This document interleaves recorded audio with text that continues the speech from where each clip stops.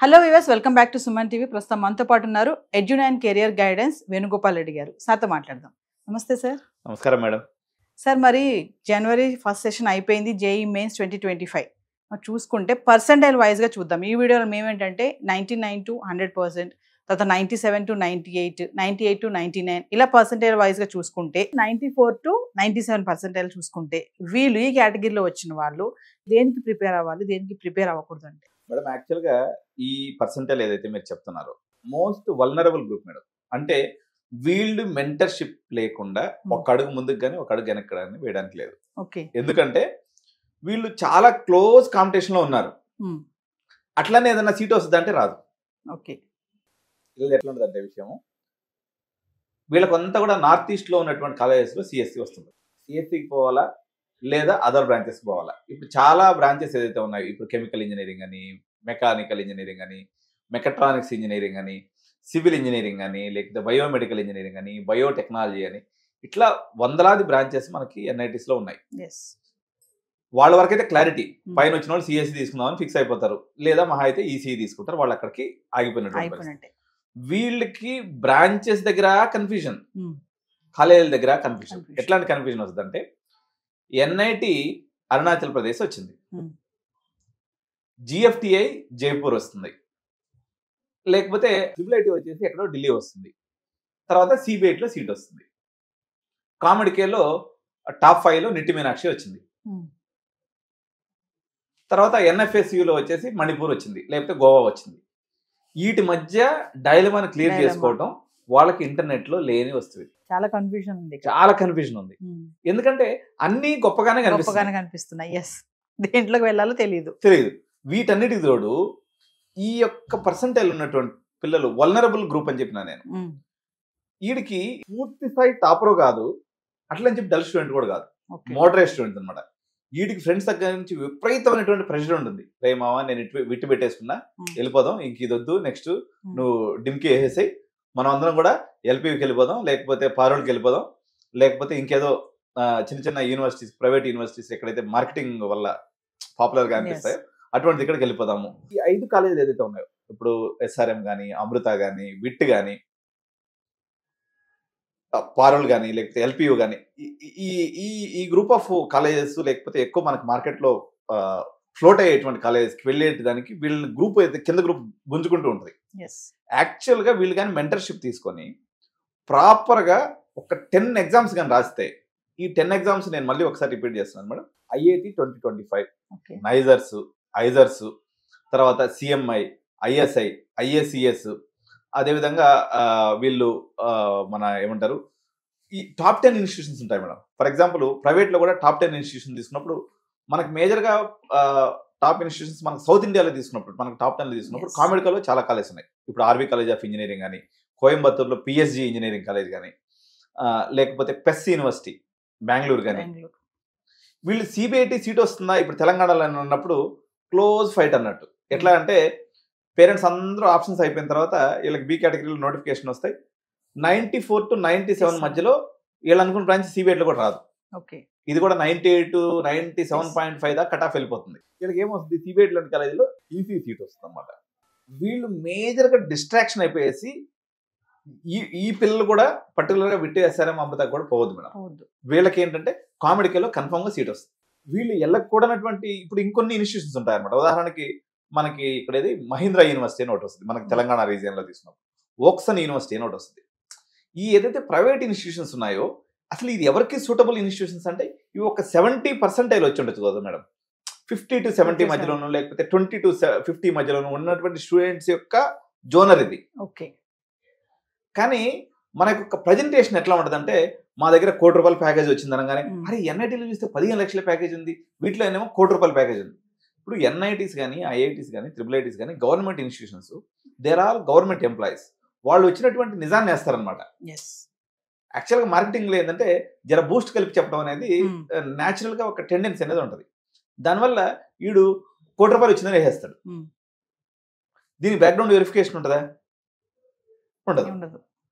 అందువల్ల వీళ్ళు అట్రాక్షన్. వాళ్ళ నాన్నకి ఏం చెప్తాడంటే, పోయేసి మీ పిల్లవాడు వచ్చి ఏం చెప్తాడంటే, నాన్న నువ్వు చెప్పేది చాలా పెద్ద తప్పు, నేను ఎన్ఐటి మణిపూర్కి పోను, అక్కడ గొడవలు అవుతున్నాయంట, వాళ్ళందరూ ఇదవుతున్నారు, అక్కడ చాలా మంది చనిపోయారంట, ఎల్పియూలో ₹1,00,00,000 ప్యాకేజ్ ఉంది, నేను ఎడికే పోయి చదువుకుంటా అంటే వీళ్ళు దోస్తానికి ఇచ్చేటువంటి వాల్యూ ఎట్లుంటదంటే, నా దోస్తుగాడు పోయిండు, నా చెడ్డి దోస్తుగాడు ఆడితోటి నేను పోవాలి, ఇది ఫిక్స్ అయిపోతారు అనమాట.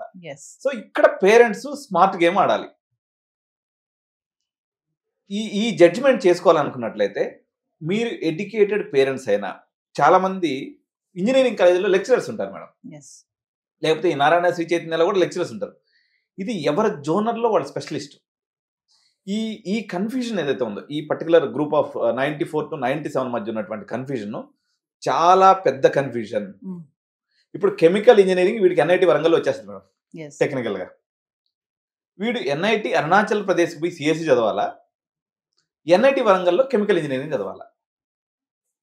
ఇది తెలుసుకోవాలంటే వీనికి ఆన్లైన్లో రిసోర్స్ అనేది ఎక్కడా మనకి ఇన్ఫర్మేషన్ అవైలబుల్ లేదు. ఒకటే ఒక్క సోర్స్ ఆఫ్ ఇన్ఫర్మేషన్ కొంత మేరకు వాళ్ళు సొంత ప్రయోగం చేసినట్లయితే స్ట్రైట్ అవే ఎన్ఐటి వరంగల్ పోయేసి ఆ కెమికల్ ఇంజనీరింగ్ హెచ్ఓడిని కలిసి ఆయన ఏమంటాడు, అరే నా డిపార్ట్మెంట్ సూపర్ అని చెప్తాడు. సిఎస్సి ఓడి చేయనప్పుడు మా దగ్గర తప్ప సిఎస్సిఏ బాగుంటుంది, మిగిలిన డిపార్ట్మెంట్స్ అన్ని వేస్ట్ అని చెప్తాడు. నువ్వు ఎట్లా కన్క్లూజన్ తెచ్చుకోవాలి పేరెంట్? వీరికి ఉన్నటువంటి రిసోర్సెస్ ఏంటి? సో ఈ కన్ఫ్యూజన్ దూరం చేసుకునే దానికి మాత్రం ఈ రాయగూడ ఎగ్జామ్స్ చెప్పేసిన వీళ్ళు కామెడీ మీద కానీ దృష్టి పెట్టినట్లయితే టాప్ 10లో సీట్ వచ్చేస్తుంది మేడం. ఇప్పుడు ఎన్ఐటి మణిపూర్ యొక్క వీళ్ళ యొక్క సిఎస్సి గ్రూప్లో వీళ్ళకి వచ్చేదానికి పాసిబిలిటీ ఉంది అనుకోండి. ఎన్ఐటి మణిపూర్ యొక్క వాల్యూ వచ్చేసి ఒక 30 lakhs మేడం. ఇప్పుడు టాప్ 5లో బెంగళూరులో ఏ కాలేజ్ తీసుకున్నా దాని వాల్యూ వచ్చేసి 40 lakhs, తక్కువ లేదు. అంటే ఆ 30 కన్నా ఒక 10 లక్షలు ఎక్కువ కదా. ఎన్ఐటి మణిపూర్లో ఉన్న క్లైమాటిక్ కండిషన్స్, అక్కడ ఉన్నటువంటి ఫుడ్ హ్యాబిట్స్, మనకున్నటువంటి సెక్యూరిటీ ప్రాబ్లమ్స్ దృష్ట్యా ఆబ్వియస్గా మనకి కామెడీకి వెళ్ళటమే ఉత్తమ మార్గం. సో ఇటువంటి రేషనల్ డెసిషన్స్ తీసుకోవాలి. వీళ్ళు ఏం చేస్తారంటే, ఇప్పుడు మణిపాల్ ఇన్స్టిట్యూట్ ఉంది, Manipal is a very good institute. ఇప్పుడు బిట్సెట్లో మనకి వీళ్ళకి బిట్సెట్ కూడా అవకాశం ఉంటుంది. ఇప్పుడు ఉదాహరణకి బిట్స్లో ఏంటంటే వాళ్ళ బ్రాంచ్ క్రైటీరియా అనేది ఉండదు. బిట్స్లో మేడం మొత్తం మనకి ఒక 60 credits ఉన్నాయనుకోండి, 30 credits అనేది నీకు నచ్చిన క్రెడిట్స్ తీసుకోవచ్చు. ఓకే, ఇప్పుడు వీడు కెమికల్ ఇంజనీరింగ్ బిట్స్లో వస్తుంది అనుకోండి మేడం, ఇప్పుడు మొత్తం 390 మార్కులకి బిట్స్లో ఎగ్జామ్ ఉంటుంది. ఖచ్చితంగా ఈ పిల్లలందరికీ 220, 230 స్టూడెంట్స్ అనమాట. అంటే ఈ యొక్క పర్సంటేజ్ని బట్టి తీసుకున్నప్పుడు వీడికి ఒక మార్క్స్ అప్రాక్సిమేట్గా 200 to 230, 250, 260 దాకా కూడా రావచ్చు. ఈ బ్రాంచ్లో ఏదో ఒక బ్రాంచ్ నీకు బిట్సాట్లో వచ్చేస్తుంది. బిట్సాట్లో ఉన్నటువంటి బ్యూటీ ఏంటంటే మేడం, వాడు కెమికల్ ఇంజనీరింగ్ తీసుకున్నా ఉన్నటువంటి టోటల్ 60 creditsలో 30 credits అనేది వీడి ఇష్టం.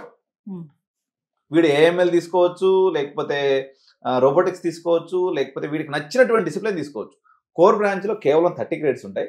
రిమైనింగ్ 30 బ్రాంచెస్ అనేది డిసిప్లిన్ ఎలెక్టివ్స్ అంటారు. ఎలెక్టివ్స్ రూపంలో వీడికి నచ్చినటువంటి ఇంటర్ డిసిప్లినరీ బ్రాంచ్ తీసుకొని చదివే అవకాశం బిట్సాట్లో ఉంది. నేషనల్ ఎడ్యుకేషన్ పాలసీ ప్రకారం ఇప్పుడు చాలా ఇన్స్టిట్యూషన్స్లో వచ్చింది, కానీ బిట్సాట్ అనేది డే 1 నుంచి ఆ ఇంప్లిమెంటేషన్ చేస్తుంది. కాబట్టి నీకు వచ్చేటువంటి బిట్సాట్లో కెమికల్ తీసుకునేసి నీకు ఒకవేళ ఏఎంఎల్ అంటే ఇష్టం ఉందనుకోండి, దాని మీద ఒక 10 credits వేసుకుంటే అయిపోయాయి. సో ఇది రేషనల్ డెసిషన్ అంటారు. సో ఈ యొక్క గ్రూప్ సంబంధించినటువంటి information madam. Coming to 90 to 94% వీళ్ళది ఆశలు గల్లంతే అయిపోయి వదిలేసుకోవడం అంటారా? అయిపోయి. ఎందుకంటే మేడం బేసికల్ గా కొన్ని కోచింగ్ ఇన్స్టిట్యూషన్స్ ఉన్నాయో వాడికి 50 వచ్చినాడు కూడా, మామ నువ్వు ఖచ్చితంగా మళ్ళీ ఈసారి అడ్వాన్స్ కొట్టేస్తావు, నువ్వు అడ్వాన్స్ క్వాలిఫై అయిపోయినావు, నీకెందుకు మేము చూసుకుంటాం అని చెప్పి చివరి వరకు చెప్తారు మేడం. అంటే ఈ పర్సంటేజ్ వచ్చిన వాళ్ళకి అడ్వాన్స్ అసలు చూడొద్దు అంటారు. అటువైపు వేస్ట్ పంచాయతీ రాయడం కూడా అసలు అటువైపు వెళ్ళొద్దు. ఇంకా అడ్వాన్స్ అనే ముచ్చటే లేదు, అన్లెస్ అదర్వైజ్ రిజర్వ్డ్ కేటగిరీ గురించి నేను మాట్లాడలేదు ఇక్కడ. But general category is concern, నీకు వేస్ట్ ప్రయత్నం. ఇప్పుడు దాకా వాడు ఏమంటాడంటే, ఇప్పుడు కానీ నువ్వు అడ్వాన్స్ రాయొద్దని కాలేజ్ వాడు చెప్పిండు అనుకోండి, జూనియర్ కాలేజ్ వాడు గొంతు పెట్టుకుని కొరికేస్తాడు పేరెంట్. మరి ఇప్పుడు దాకా నాకేం చెప్పినావు, మన దాకా ఫీజు కట్టించుకునేటప్పుడు నాకేం చెప్పినావు, నీకెందుకు, నీకు కన్ఫర్మ్ వచ్చేది. అసలు మా దగ్గర హిస్టరీ అని చూసినప్పుడు మొత్తం అసలు 70% వచ్చినోడు కూడా మనకి ఐఐటి ముంబైలో వచ్చిందమ్మా, మనకి హిస్టరీ ఉంది, ట్రాక్ రికార్డ్ ఉంది అని నమ్మగలుగుతాడు. అవును, చెప్పడం అయితే అలాగే చెప్తారు కదా స్టార్టింగ్. కానీ అంతా అయిపోయిన తర్వాత చివరికి ఫినిషింగ్ టచ్ ఉంటుంది మేడం. అంటే మేము ఒక స్కిట్ చేస్తున్నాం అనమాట. ఈ స్కిట్ లో కూడా సేమ్ ఇదంతా కూడా ఇన్కార్పొరేట్ చేసి భయంకరమైనటువంటి స్కిట్ అనమాట. ఈ స్కిట్ లో ఒక చిన్న స్టోరీ చెప్తాను నేను మీకు, స్టోరీ లైన్. సరే ఇప్పుడు ఇటు చెప్పిండా అడ్వాన్స్ అయిపోతుంది, వీడికి ఎగ్జామ్ రాసేస్తాడు. సెకండ్ స్పెల్ రాసిన తర్వాత ఈ 90 రిటర్న్ అవుతుంది అట్లీస్ట్. సెకండ్ స్పెల్కి వచ్చేసరికి బాగా కష్టపడి వాడికి టెన్షన్ లేకుండా చదివితే ఒక 2, 3, 5 అంటే 95 వరకు మేబీ రీచ్ అవ్వచ్చు. కానీ most of the times they will stay back or they will decline. ఏం చేస్తారంటే అంతా అయిపోయిన తర్వాత మళ్ళీ ప్రిన్సిపల్ దగ్గరికి పోతారు. ప్రిన్సిపల్ ఏం చెప్తారంటే నింపాదిగా, అన్న మీ ఓడైతే నిజంగా అసలు సూపర్ మ్యాను, డాబర్ మ్యాను, కాబట్టి నువ్వు లాంగ్ టర్మ్ నా దగ్గర జరిపించన్నా, ఈసారి మాత్రం మిస్గా నేను అంటారు. అసలు కొట్టేస్తాడు. పొరపాటున ఎంపీసీ చదివినటువంటి వాళ్ళు లాంగ్ టర్మ్ తీసుకున్నట్లయితే మీరు రాసి పెట్టుకోండి, mark my words, 100% utter flop strategy madam. So long term కి వెళ్ళొద్దు అంటారు. అసలు అట్టర్ ఫ్లాప్. ఒక్క కేసు కూడా లేదు. ఓకే, 100 కేసులు వస్తాయి అనుకోండి మేడం. అసలు ఎంత నీచుడైనటువంటి డాక్టర్ ఆపరేషన్ చేసినా ఒక 10% అయినా సక్సెస్ రేట్ ఉంటుంది. దీంట్లో మాత్రం 0.1% కూడా లేదు. కానీ ఇది అందరికీ తెలిసిన సత్యమైనప్పటికీ ప్రతి సంవత్సరం ఒక 10,000 మంది ఈ గోతిలో పడిపోతారు మేడం. లాంగ్ టర్మ్ కి వెళ్తారు ఖచ్చితంగా. కొట్టాలి ఈసారి. 2 రకాలు ఉంటారు మేడం ఇందులో. ఒకటి ప్రిన్సిపల్ చేతిలో మోసపోయినటువంటి వాళ్ళు, రెండోది పిల్లవాళ్ళు ఏమైపోతారంటే పాపం really they work so hard, work చేసిన తర్వాత వాళ్ళ రిజల్ట్ అందలేదు, లోపం ఎక్కడో తెలియదు. It's a tender age, 17 years age కదా. వాళ్ళు పేరెంట్స్ దగ్గర తలెత్తుకోవటం అనే దాన్ని ఎట్ట చేయాలో అర్థం కాక they will promise on their parents that I will prove my self in the next time. దీనికి ప్రిన్సిపాల్ని ఆసరాగా పెట్టుకుంటారు వాళ్ళు. సో ఈ సైకలాజికల్ అర్థం చేసుకున్నటువంటి ప్రిన్సిపల్ పిల్లాడి వైపుకి టిల్ట్ అయ్యి ఇద్దరు కలిసి సేమ్ పాట పాడతారు. సేమ్ పాట ఒకటైపోతారు అన్నమాట. ఇది ఒక సినారియో. రెండోది వచ్చేసి ఇది పిల్లోడి కళ ఇట్లా ఉంటది. ఇంకొక వైపు పేరెంట్ కలగంటూ ఉంటాడు, పిల్లోడు చిల్ మైండ్ ఉంటాడు. ఒరే నువ్వు ఈసారి ట్రై చేయి, అయిన కాడికి అవుతాం, ఏదైనా ఉంటే నేను చూసుకుంటానని చెప్పి పేరెంట్ చెప్తారు. రెండు తప్పే. ఏమవుతుందంటే మేడం అసలు వేణు 99% వచ్చినాడు, 90% వచ్చినాడు ఎందుకు ఫెయిల్ అయిపోతాడు సంవత్సరం రోజులు జరిగితే అంటే, ఇది నేను సైకలాజికల్గా మేము ఒక టీమ్ ఆఫ్ 3 members ఉన్నాం మేడం. Career counselling, psychologist, psychiatry. So we are a team of 2 doctors plus నేను నాన్ డాక్టర్. మేము చేసినటువంటి అనాలిసిస్లో ఏమర్థమైందంటే వీడు ఈ సంవత్సరం రోజులు నిజంగా హార్డ్ వర్క్ చేస్తాడు మేడం. వాడికి ప్రతి మాక్ టెస్ట్లో 99.9% వస్తూ ఉంటుంది, కానీ ఎగ్జామ్కి వచ్చేసరికి 70% వాళ్ళు వచ్చేస్తున్నాడు. ఎందుకు అంటే వీడు 100% పెర్ఫామ్ చేయాలనేటువంటి ఒక భయంకరమైనటువంటి బలమైనటువంటి కోరికతో లోపలికి వెళ్తాడు. ఆ కోరిక వీళ్ళలో భయాన్ని నింపుతుంది. ఆ భయము రివర్స్ రిజల్ట్ అయి వచ్చేస్తుంది. కాబట్టి వీళ్ళు మాత్రం ఎట్టి పరిస్థితుల్లో లాంగ్ టర్మ్ అనేటువంటి మిస్టేక్ చేయొద్దు. కమింగ్ టు 85 to 90, మరి వీళ్ళ పరిస్థితి ఏంటి? Simple logic madam. శుద్ధంగా ఎంసెట్ రాసుకోవాలా, 10,000 లోపు ర్యాంక్ కొట్టుకోవాలా, అది నెక్స్ట్ టార్గెట్. ఇంకా సెకండ్ లేదు, ఏం లేదు.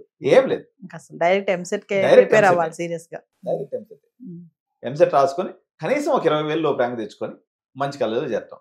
వీళ్ళ పరిస్థితి ఎట్లుంటుందో చెప్తాను చూడండి. ఈ పిల్లలు మేబీ డబ్బున్నటువంటి పిల్లలు అయితే 85 to 90, మీకు కానీ డబ్బులు ఉంటే మీరు వెళ్ళిపోవచ్చు. ఇక్కడ 2 భాగాలుగా విభజిద్దాం, 3 భాగాలుగా విభజిద్దాం. మీరు క్రీమ్ క్లాస్ ఉన్నారు, డబ్బులు ఉన్నాయి, మీకు ఫస్ట్ ప్రిఫరెన్స్ వచ్చేసి శివనాడారు మేడం. ఎందుకంటే ఇన్స్టిట్యూట్ ఆఫ్ ఎమినెన్స్ ఉంది, ఓకే ఉంది, క్యాంపస్ లోపల వరకు ఇది అద్భుతమైనటువంటి రీసెర్చ్ ఓరియంటేషన్ ఉంది వీళ్ళకి. క్యాంపస్ బయటకు మాత్రం పిల్లల్ని పెట్టద్దు, అది డేంజర్ ఉంది. తర్వాత వచ్చేసి కామెడీకి. వీళ్ళకి థర్డ్ ఆప్షన్లో మనం విట్టు పెట్టుకోవచ్చు మేడం. విట్టు యాక్చువల్గా మంది ఎక్కువడం వల్ల మజ్జిగ పలసన అయిపోయిందని ఎప్పుడు చెప్తుంటారు. కాబట్టి అమృత ఫస్ట్ ప్లేస్ పెట్టుకుందాం. ఎందుకంటే అమృత కోయంబత్తూర్ అయితే మనకు 450 ఇంటేకే ఉంటుంది. కాబట్టి థర్డ్ ప్లేస్లో అమృత కోయంబత్తూర్ పెట్టుకోవచ్చు. 5th ప్లేస్లో విట్టు, ఎందుకంటే వాళ్ళకి క్యూఎస్ ర్యాంకింగ్ ఉంది, దాని తర్వాత ఎన్ఐఆర్ఎఫ్ ర్యాంకింగ్ ఉంది, ఇవన్నీ కూడా ర్యాంకింగ్స్ ఉన్నాయి. కాబట్టి మొదటి నుంచి మంచి ఇన్స్టిట్యూట్గా వాళ్ళు ఒక రకంగా చెప్పాలంటే ప్రైవేట్ సెక్టర్లో టాప్ 1 ఇన్స్టిట్యూషన్గా చాలా ఏళ్ల పాటు ఉండింది. టెక్నికల్గా చూస్తే ఇప్పుడు కూడా ఉంది.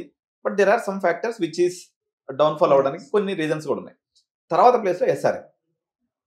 ఈ ఇన్స్టిట్యూషన్స్లో చెప్తే లాభం ఏంటంటే మేడం, ఇప్పుడు నేను చెప్పినటువంటి సోకాల్డ్ ఇన్స్టిట్యూషన్స్లో ప్రతి ఇన్స్టిట్యూషన్కి 1000 నుంచి 1500 కంపెనీస్ ప్లేస్మెంట్స్ వస్తాయి మేడం. అట్లీస్ట్ నువ్వు ఒక జాబ్ చేతిలో పెట్టుకొని బయటకు రావచ్చు. రెండోది మంచి మీరు ఇంకొక ఇక్కడ ఒక మెసప్ కూడా ఉంది. డబ్బులు ఉన్న వాళ్ళు మాత్రమే నేను ఎందుకన్నానంటే, వీళ్ళు ఏం చేస్తారంటే స్టార్టింగ్లో 2 లక్షలకి సీట్ వచ్చేస్తుంది, 3 లక్షలకి సీట్ వచ్చేస్తుంది అని అబద్ధం చెప్తారు. అదంతా అవాస్తవం. ఫైనల్గా మీరు కట్టాల్సింది వచ్చేసి 30 లక్షలు హాస్టల్తో కలుపుకొని. 30 లక్షలకి ప్రిపేర్ ఉన్నటువంటి పిల్లలు ఈ 5 ప్రైవేట్ ఇన్స్టిట్యూషన్స్ ఇండియాలో డామినెన్స్గా ఉన్నాయి. సో ఇది 30 లక్షల జోనరు. అట్ట కాకుండా మీరు ఒక 40-50 lakhs వరకు జోనర్ ఉన్నారనుకోండి, అప్పుడు పెస్ యూనివర్సిటీ కానీ, పిహెచ్డి కోయంబత్తూర్ అంటే మనకి బిఫోర్ ఇండిపెండెన్స్ నుంచి ఉంది మేడం, గవర్నమెంట్ ఇన్స్టిట్యూషన్, అది పీపీపీ మోడల్లో నడుస్తుంది, సూపర్ ఇన్స్టిట్యూషన్ అనమాట. సో ఇటువంటి ఇన్స్టిట్యూషన్స్ మనం తీసుకోవచ్చు అనమాట. వీళ్ళు అంతే మేడం, ఈ జోనర్ 85 to 90 వాళ్ళు వచ్చేసి ఇక్కడ వరకు చేసుకోవచ్చు. మీకు దీంట్లో మిడ్ లెవెల్ ఉంటారనుకోండి, మిడ్ లెవెల్ అంటే వాళ్ళు 30 లక్షలు పెట్టే స్తోమత లేదు. నేను ఇంకొక విషయం ఇక్కడ ప్రధానంగా పేరెంట్స్ అందరూ గుర్తుపెట్టుకోవాల్సింది, నేను చెప్పినటువంటి ఈ సోకాల్డ్ 5 ఇన్స్టిట్యూషన్స్ లో మీకు హాస్టల్తో కలిపి 30 లక్షల రూపాయలు ఖర్చు పెట్టవలసిందే. దీంట్లో ఎటువంటి అవసరం లేదు. చాలా మంది అనుకుంటారు, వీటిలో నాకు ఫస్ట్ కేటగిరీలో సీట్ వచ్చేసింది సార్, నాకు 2 లక్షలు ఇంటూ 4 సంవత్సరాలు 8, హాస్టల్లో నేను బయట నుంచి చదువుకుంటాను 1 లక్ష, అంటే 12 లక్షలు అయిపోతుంది కదా, మీరు డబల్ అమౌంట్ చెప్తున్నాను. అక్కడ పోయిన తర్వాత ఏమవుతుందంటే మేడం, ఆబ్వియస్గా అది టెండర్ ఏజ్, అడ్రినలిన్ రిలీజ్ అయ్యేటువంటి ఏజ్ కాబట్టి న్యాచురల్గానే వీళ్ళకి కొంత డిస్ట్రాక్షన్ అనేది ఉంటుంది. ఇక్కడ ప్రైవేట్ కుక్కర్లో నుంచి బయటకు వస్తారు కాబట్టి ఇక్కడ మీకు పర్సంటేజ్ని బట్టి వీళ్ళు మారిపోతుంటుంది మేడం. ఇప్పుడు 9 CGPA తెచ్చుకున్నారనుకోండి ఫస్ట్ సెమిస్టర్లో, మీకు సెకండ్ సెమిస్టర్లో మీకు ఆ యొక్క స్కాలర్షిప్ అనేది వచ్చేస్తుంది. అట్లా తీసుకెళ్లేసి సెకండ్ ఇయర్ ఎండింగ్ అయ్యే లోపల అందరం తీసుకొచ్చి 6 లక్షలు వేసేస్తారు. సో ఇది పేరెంట్స్ అందరూ కూడా గుర్తుపెట్టుకోవాలి. ఇది అక్కడ ఉన్నటువంటి ప్రీవియస్ విద్యార్థులతో మాట్లాడితే తప్ప నిజం తెలియదు. చూద్దాం సార్, ఇంకొంచెం కిందకి వెళ్దాము. ఇంకా తక్కువ పర్సంటేజ్ వచ్చిన వాళ్ళకి కూడా ఎలాంటి ఛాన్సెస్ ఉంటాయి, అంటే వేరే ఎగ్జామ్స్ ఏమైనా రాయొచ్చా, రాయకుండా ఎగ్జామ్స్ ఏముంటాయి అనేది మరొక వీడియోలో మాట్లాడుకుందాం. ఓకే.